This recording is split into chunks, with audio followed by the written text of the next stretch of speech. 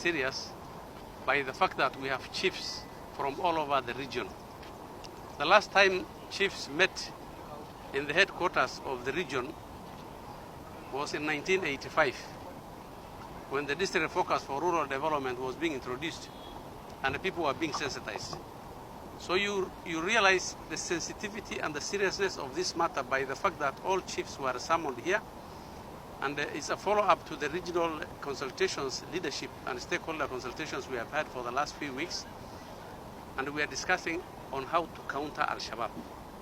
It has become a nuisance, it has become a threat to our way of life, it has become a threat to the delivery of social services, it has become a threat to our development, and we have all united together from national government to county government to chiefs, sub-county administrators, members of parliament, governors, the cabinet secretary, and the whole government to ensure that we counter this menace and we return life to normal.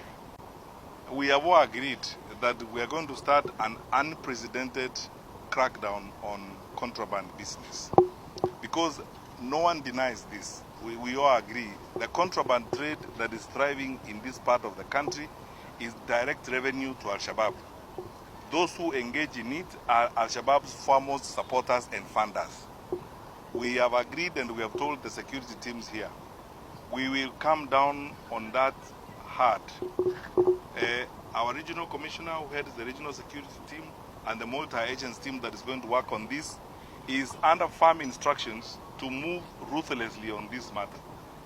And we will not pretend about this. The contraband trade that happens here, first of all, hurts business in Kenya, hurts business in our country. Manufacturers in this country, wholesalers and all that are suffering from it.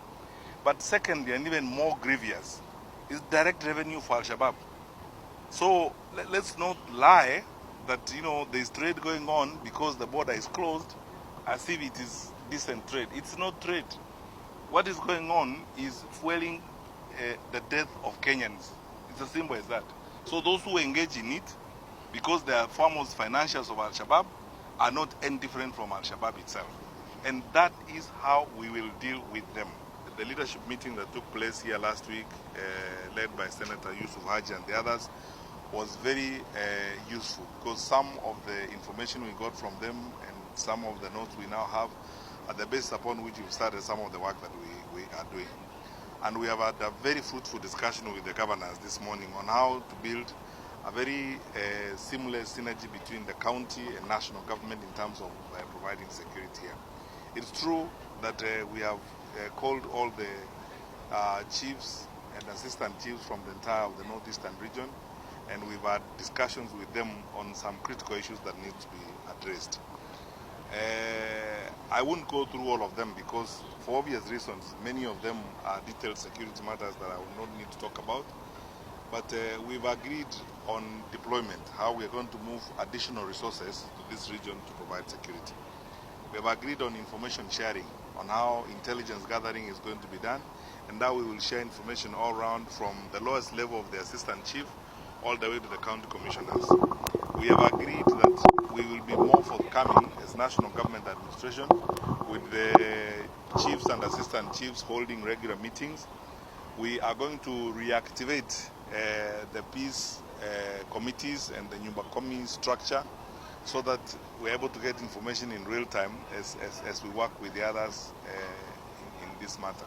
Changing tact, and it's getting very dynamic by the day, and so is the requirement for us at all levels of leadership as a country to be able to change tact and plan together and synergize in order to make sure that we're able to deal with this challenge at hand. The government has upscaled its attention to dealing with the problem. So is the leadership within Northern Kenya. About 10 days ago we met and we agreed that we are going to meet, all the 3 counties will be meeting to discuss on strategies of, through synergy, that the approaches that we are going to do.